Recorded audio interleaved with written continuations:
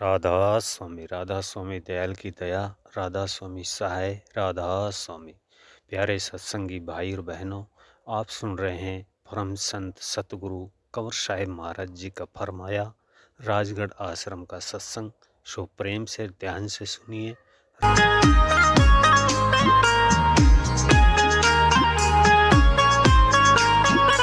अब दुर्योधन उन्हीं के साथ युद्ध करता है और उसी से जाके पूछता है, कहता है कि सहदेव ये बताओ कि युद्ध किस टाइम पे किया जाए, जब युद्ध में जीतो, युद्ध का मुहूर्त बताओ।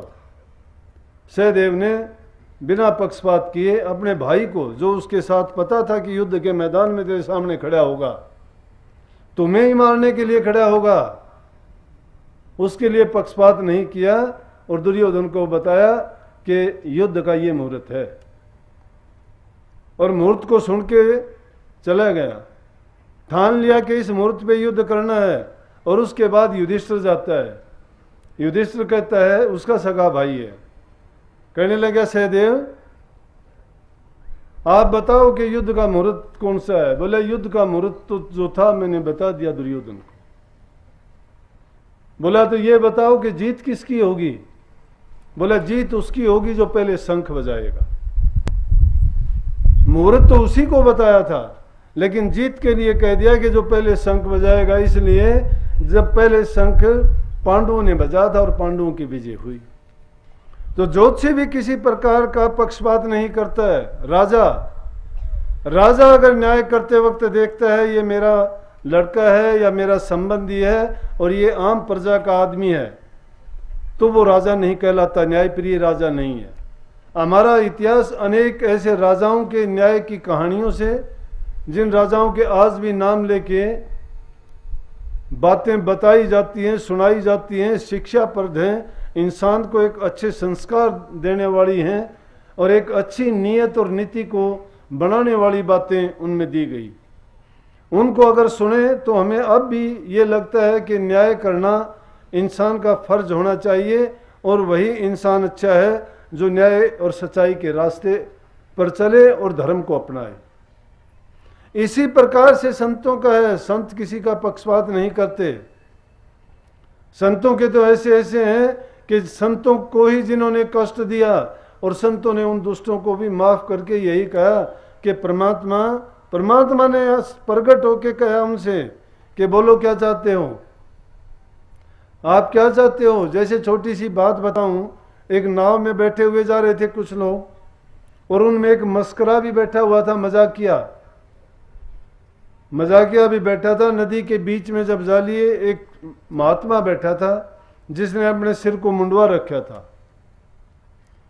सबकी एक वेशभूषा नहीं है, कोई महात्मा लोग दाढ़ी रखते हैं, कोई दाढ़ी मूछ और सिर पे बाल नहीं रखते, कोई कान फड़ा के रखते हैं, अलग अलग पंथ हैं उनके, कोई कपड़े रंगा के रखते हैं, कोई तिलक चढ़ाते हैं, कोई माला रखते हैं। उस सब के सब का एक तरीका नहीं, एक ढंग नहीं है, बल्कि अनेक क्रियाएं हैं उनमें। साधुओं में भी कोई चाचरी करता है, कोई भूचरी करता है, कोई अगोचरी करता है, कोई उणमणि करता है, कोई कुंभक करता है, रेचक करता है, कोई पूरक करता है, कोई जल में खड़ा होकर तप करता है। क्रिया जब उनकी अलग अलग हैं, तरीके अलग अलग हैं, उनकी वेशभूषा अलग है, तो ये नहीं कहा जा सकता। तो उस महात्मा ने क्या था कि उन्हें सिर के बाल मुंडा रखे थे और नाव में बैठे बैठे जब जा रहे थे चलते, और भी मुसाफिर थे, बात चलते चलते आपस में चलती रही। वो मस्करा कुछ ना कुछ मजाक करता रहा और दूसरी सवारियों को हंसाने के लिए उसने क्या किया कि उस महात्मा के सिर में ठोले मारे। ठोले जानते हो ना, उंगलियों के ये हिस्से जब मारते हैं। बच्चे थे जब छोटे बच्चों के साथ ऐसे मजाक करते थे, खिलवाड़ करते थे।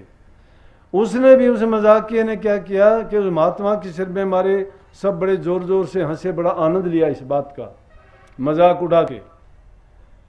तो महात्मा को भी वो अच्छा नहीं लगा, लेकिन सब लोगों ने जब मजाक उड़ाया तो परमात्मा को बुरा लगा। जो जिसका दास होता है, जो जिसका आसरा लेता है, जिसकी ओट लेता है, और दूसरा आदमी अगर उसको कोई परेशान करता है, दुखी करता है, तो वो अगर कुछ नहीं कहता उसका मालिक उसको नहीं सुन सकता। इसीलिए संत महात्मा हमेशा से मालिक के आश्रय, उनकी मौज के अधीन रहे हैं, तो उन्होंने भी किसी का बुरा नहीं किया। वो तो बल्कि कहते हैं कि जो होता है वो अच्छे के लिए होता है, जो मालिक करता है, जो भी कुछ होता है परमात्मा मेरे लिए ही सही करता है। जब महात्मा के साथ ऐसा हुआ तो उसी टाइम आकाशवाणी हुई, महात्मा से कहने लगे, परमात्मा को बुरी लगी है। परमात्मा की तरफ से आकाशवाणी हुई कि कहे तो इन सब को डुबो दूं, तेरा मजाक किया। तो महात्मा कहता है कि नहीं मालिक, इनको सद्बुद्धि दो ताकि इनको अच्छी बुद्धि आ जाए, ये ऐसे काम ना करें। ब्रह्म के भी अवतार आए, उन्होंने भी दुनिया में राक्षसों को मिटाने के लिए आए, उनका संहार किया, दुष्टों को मारा, लेकिन संतों ने किसी को मारा नहीं। उन्हें तो दुष्टों को भी ये कहा कि तुम अच्छे मार्ग पर चलो, बुराइयों को त्यागो और सही रास्ते पर चलो।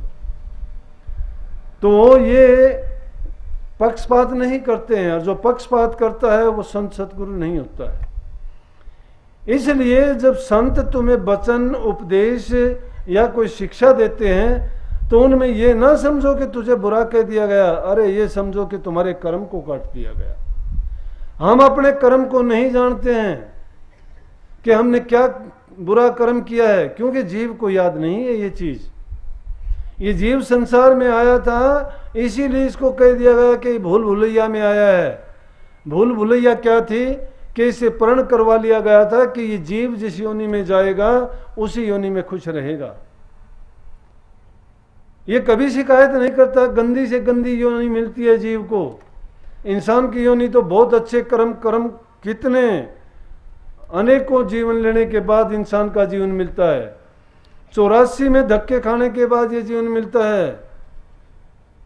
लेकिन जब हम इस योनि में आते हैं तो इसका अर्थ, इसका महत्व, इसका लाभ भूल जाते हैं कि कैसे इसका हम पूरा फायदा उठाएं। इस आने से पहले हमें याद था कि इंसान बनने वाले हैं। वहां पर हम ये अर्ज करते रहते हैं कि बाहर निकलने के बाद मैं भक्ति करूंगा, परमात्मा को याद करूंगा, अच्छे कर्म करूंगा और अच्छा कर्म करके इस दुनिया से सदा के लिए अपना जन्म मरण से पीछा छुटाऊंगा। लेकिन वो ना तो पीछे के कर्म इसको याद रहते हैं।